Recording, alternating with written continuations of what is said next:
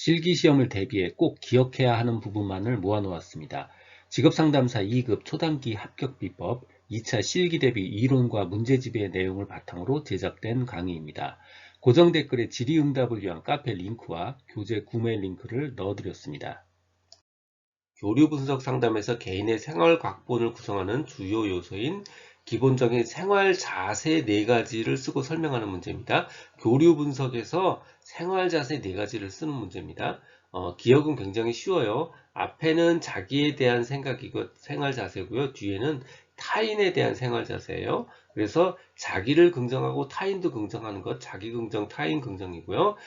긍정, 자기는 긍정하고 타인은 부정하고요. 반대입니다. 자기는 부정하고 타인은 긍정하고 둘 다 부정하는 거예요. 자기 부정, 타인 부정 이렇게 4가지 타입이고요. 둘 다 긍정하는 거, 자기 긍정, 타인 긍정, 개방적이고 타인을 있는 그대로 수용하려는 생활 자세지요. 자기는 긍정한데 타인은 부정한다. 이건 무슨 뜻이냐면 타인과 비교해서 자신이 우월하다고 느끼는 겁니다. 그래서 타인과 비교해서 자신의 우월성을 강조하는 생활 자세요. 자기는 부정하고 타인을 긍정하는 건 그 반대예요. 자신을 무력한 사람이라고 보는 생활 자세고요. 둘 다 부정하는 것, 희망, 흥미 없고요. 인생을 가망이 없다고 보는 그런 생활 자세입니다. 자, 기억 방법. 앞에는 자기고 뒤에는 타인이요. 앞에 긍정, 부정, 부정, 부정이고요. 이러이러한 생활 자세다라고 적으시면 되는 거예요. 갤라트의 직업 의사결정 단계를 물어보고 있습니다. 사실 이 내용 알고 보면 그리 어렵지는 않은데 문제는 무려 단계가 8단계나 돼요. 이거 8단계 한꺼번에 다 외우는 거 정말 어렵습니다. 그래서 제가 좀 구분을 해드릴게요. 여기서부터 이렇게 4개가 갤라트만의 고유한 방법입니다. 그리고 나머지 요 4개는 어느 종류의 평가나 혹은 결정 방법이나 다 비슷해요. 첫 번째 목표를 의식하고 정보를 수집해서요. 어떠어떠한 결정 방법을 따르고요. 갤라트만의 고유한 방법을 수행하고요. 그리고 나서 의사결정을 하고 평가 및 재투입을 하는 겁니다. 이렇게 4개 목표의식 정보 수집, 어떠어떠한 방법을 겪은 다음에 의사결정을 하고 평가 및 재투입하는 거 이렇게 4개는 공통이고요. 나머지 요 4개가 갤라트만의 고유한 방법입니다. 제가 갤라트의 방법을 따르는 하나의 사례를 들어서 개념적인 설명을 해드릴게요. 그게 훨씬 더 기억하기가 쉬워요. 자, 예를 들면 이렇게 하는 겁니다. 어떤 정보를 수집했으면 첫 번째 직업별로 대안들을 쭉쭉 열거를 해요. 예를 들어서 A 직업, B 직업, C 직업 이런 식으로 대안들을 쭉 만들고요. 그게 바로 대안 열거입니다. 대안을 열거한 다음에 각 대안이 나한테 줄 수 있는 혜택, 결과를 예측합니다. 첫 번째 A 직업은 나한테 100만 원을 줄 거고요. B 직업은 나한테 70만 원을 줄 거야. 이런 식으로요. 각각의 결과값을 어떤 값으로 표현해요. 이게 바로 결과 예측이에요. 그리고 나서 각 직업별로 내가 달성할 수 있는 가능성, 즉 실현 가능성을 예측합니다. 실현 가능성이 A 직업은 30%고요. B 직업은 10%야. 이런 식으로 실현 가능성을 예측하고요. 이 결과값과 실현 가능성을 곱하면 바로 가치값을 얻을 수 있어요. 이게 바로 가치평가예요. 그래서 예를 들어서 A 직업은 100만 원인데 실현 가능성이 30%야. 그러면 30점을 얻을 수 있고요. B 직업은 70만 원인데 실현 가능성이 10%야. 그러면 7점을 얻을 수 있는 식이죠. 이게 바로 가치평가입니다. 가치를 평가한 거고요. 이 중에 제일 높은 걸로 자연스럽게 그냥 의사결정이 되는 겁니다. 이게 개념적으로 제가 하나의 갤라트 직업의사결정 방법을 따르는 개념을 가지고 하나 만들어 본 겁니다. 첫 번째 대안을 만들고요. 그 다음에 결실 과정을 겪습니다. 결과를 예측하고 실현 가능성을 예측하는 거예요. 이 결실 과정을 겪고 나서 그 두 개를 곱하면 가치를 평가할 수 있죠. 가치값을 평가할 수 있어요. 요 네 개 과정, 대안을 열거하고 결실 과정을 겪어서 가치를 평가하는 것, 이게 갤라트만의 고유한 방법입니다. 나머지 네 가지는 목표를 의식해서 정보를 수집하고 고유한 방법으로 계산을 하고 의사결정하고 평가 및 재투입하는 방법. 이게 갤라트의 직업 의사결정 8단계입니다.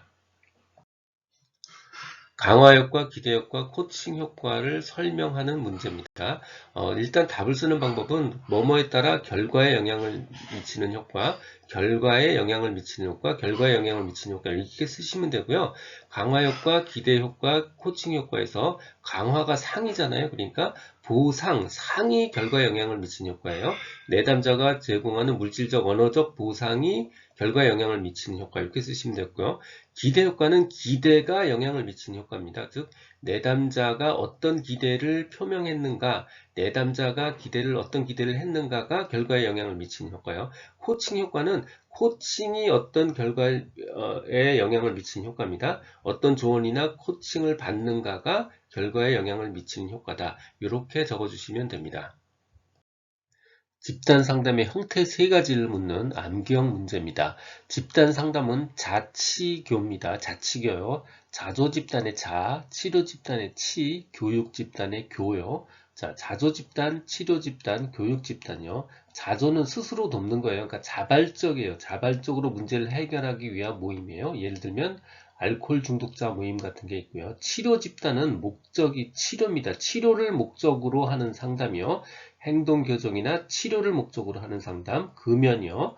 교육 집단은 치료가 아니고요. 정보 교환이나 교육을 목적으로 하는 겁니다. 치료가 아니고 공통된 주제의 정보를 교환하는 상담, 성교육 상담 같은 것들에 해당합니다.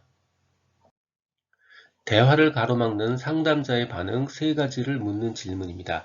이거 요즘식으로 얘기하면 꼰대질 하지 말란 얘기입니다. 막 가르치기 해대고, 조언해대고, 지나친 질문 해대고, 뭐 라떼는 말이야, 뭐 이런 얘기 하지 말란 얘기입니다. 너무 이른 조언은요, 상담자의 상황을 알지 못하는 상태에서의 너무 이른 조언은 부적절합니다. 두 번째, 막 가르치기 하는 거, 이것도 적절하지 않아요.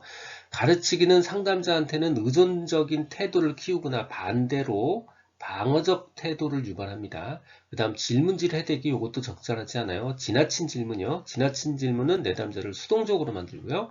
상담자 경험의 진술, 이거 라떼는 말이야 이런 얘기하는 거잖아요.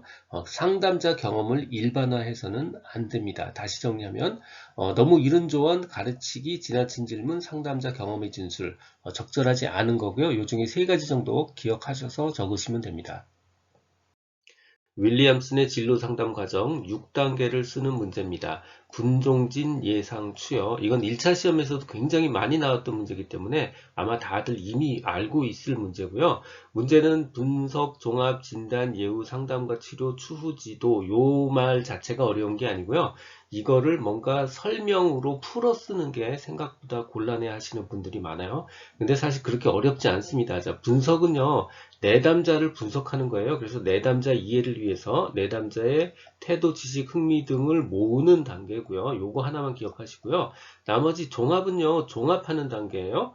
그 바로 앞에 모았던 수집한 정보, 모은 정보를 모았으니까 모은 정보, 즉 수집된 정보를 정리하고 종합하는 단계입니다. 체계적으로 정리하고 종합하는 단계. 진단은 진단하는 단계예요. 내담자의 문제와 원인을 진단하는 단계. 예후는 예측하는 단계입니다. 진단에 근거해서 예측하는 단계. 상담과 치료는요, 상담을 하는 단계고 치료를 하는 단계예요. 그 바로 앞에 있는 단계를 바탕으로 해서 진단과 예측을 바탕으로 상담을 하고 필요하면 치료하는 단계. 추후 지도는 상담의 효과를 판단하는 단계입니다. 자, 기억해야 될 건 그러니까 결국 하나밖에 없어요. 분석이란 내담자를 이해하기 위해서 이러이러한 정보를 모으는 단계다라는 거고요. 종합은 종합이고 진단은 진단이고 예후는 예후고 상담과 치료는 상담과 치료고요. 추후 지도는 앞으로의 효과를 판단하는 단계인 겁니다. 이렇게 어렵지 않게 설명용을 준비하시는 게 좋아요. 로우의 수직 차원 6단계를 분류하는 문제입니다.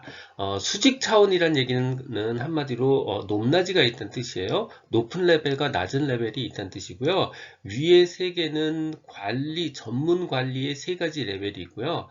기술직, 그러니까 숙련직의 세 가지 레벨이 있습니다. 그래서 관리 레벨 세 가지는 고급 전문관리, 중급 전문관리, 준 전문관리로 되어 있고요. 요거 기술하는 방법, 설명하는 방법은 첫 번째는 교육 수준을 써주고요.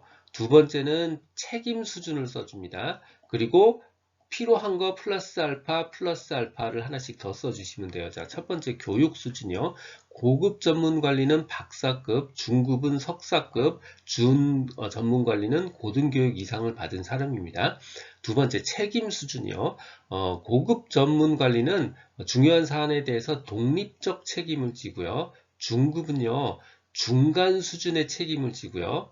준 전문 관리는 낮은 수준의 책임을 집니다. 다시요. 고급은 독립적, 중급은 중간, 준 전문은 낮은 수준의 책임을 지고요. 플러스 알파를 더 써주시면 돼요.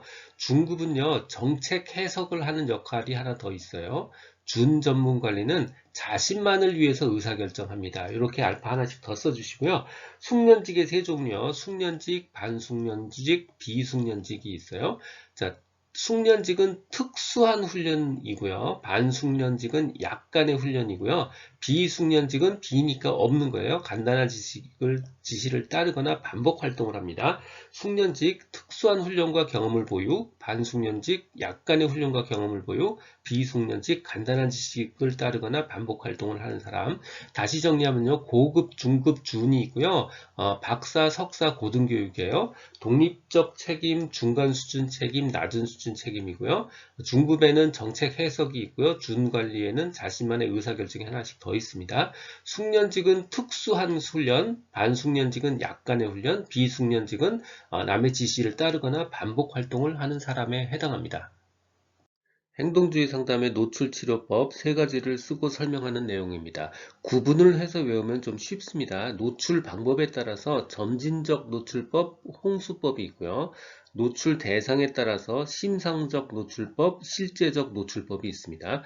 먼저 노출 방법에 따라서 조금씩 점진적으로 수위를 높이는 거예요. 점진적 노출법입니다. 낮은 수위의 공포에서 높은 수준의 공포를 노출시켜가는 방법이요.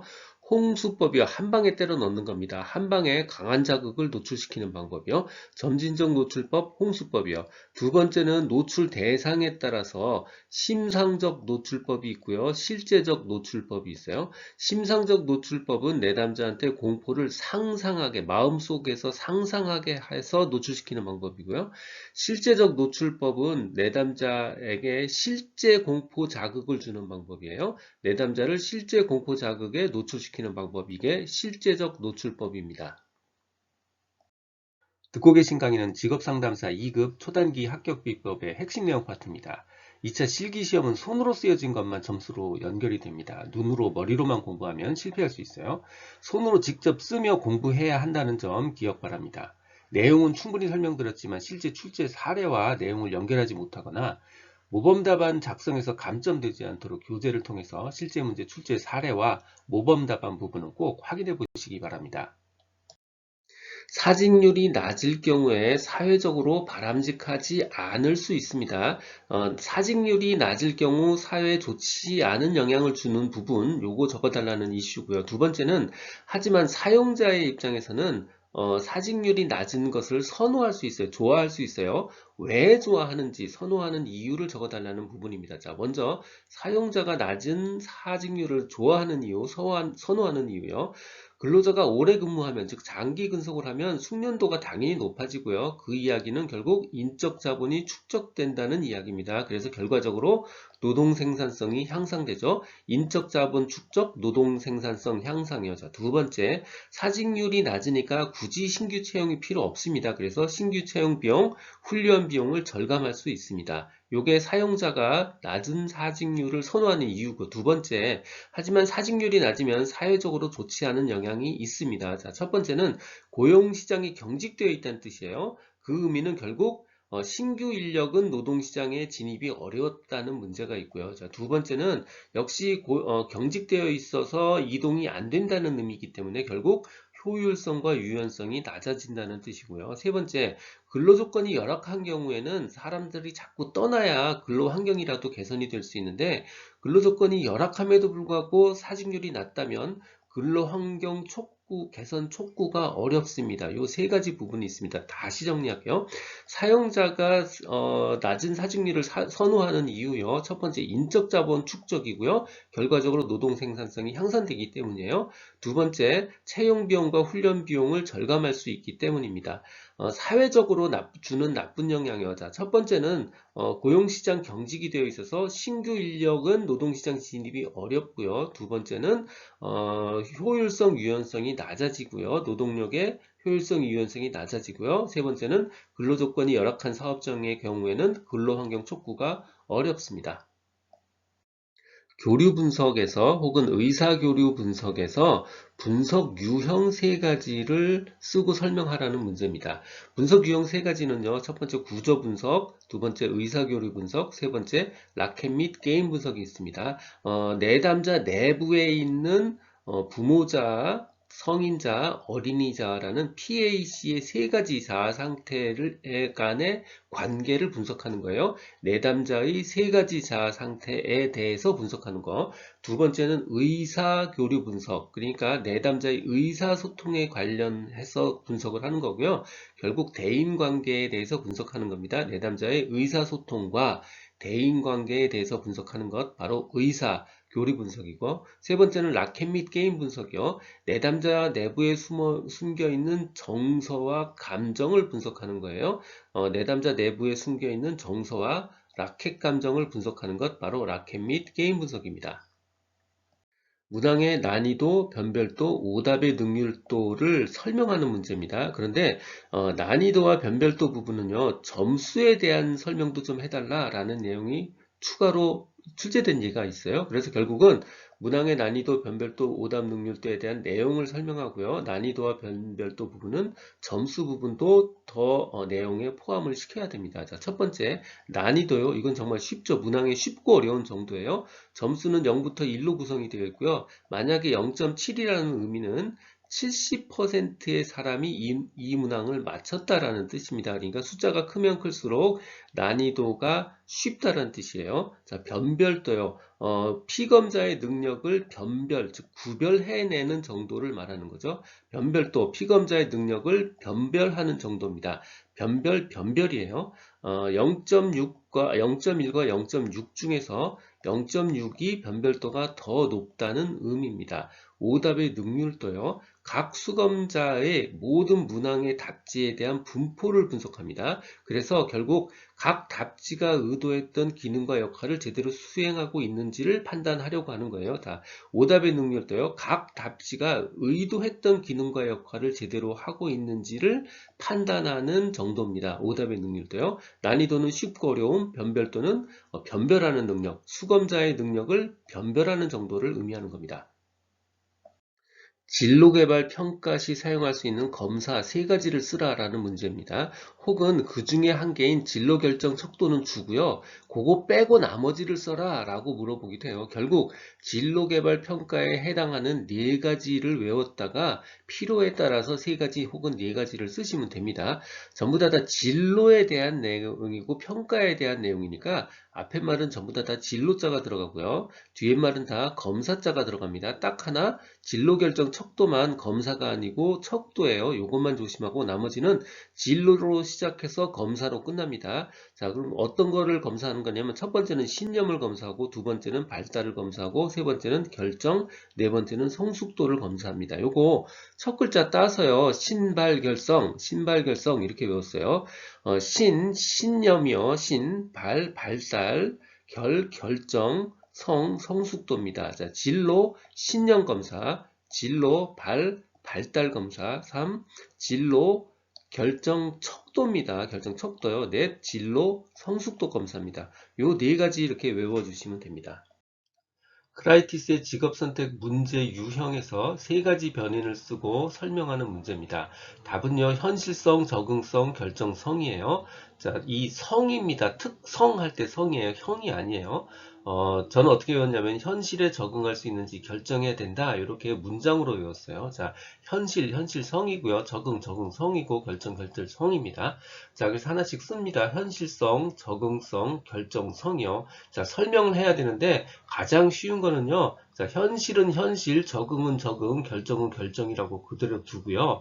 현실성이요. 현실이라는 특성과 관련해서 직업 선택 문제 유형을 분류한 겁니다. 현실성은 크라이티스가 현실성이라는 이게 현실성이 있어 없어 이렇게 구분한 거예요. 그러니까 현실성과 관련해서 직업 선택 문제 유형을 분류한 겁니다. 문제도 이미 직업 선택 문제 유형이라는 말이 있죠. 그러니까 그냥 그대로 살려서 쓴 거예요. 그냥 문제 답, 문제하고 제목 갖다 붙이면 답이에요. 그래서 현실과 관련해서 직업 선택 문제 유형을 분류한 거고요. 적응성은 적응성과 관련해서 직업 선택 문제 유형을 분류한 거고요. 결정성은 결정성과 관련해서 직업 선택 문제 유형을 분류한 겁니다. 자, 그럼 어떻게 분류했냐면 얘는 흥미와 적성을 세 가지 변인으로 분류했죠. 그러니까 흥미와 적성을 세 가지 변인으로, 흥미와 적성을 변수로 해서 직업선택 문제 유형을 분류한 겁니다.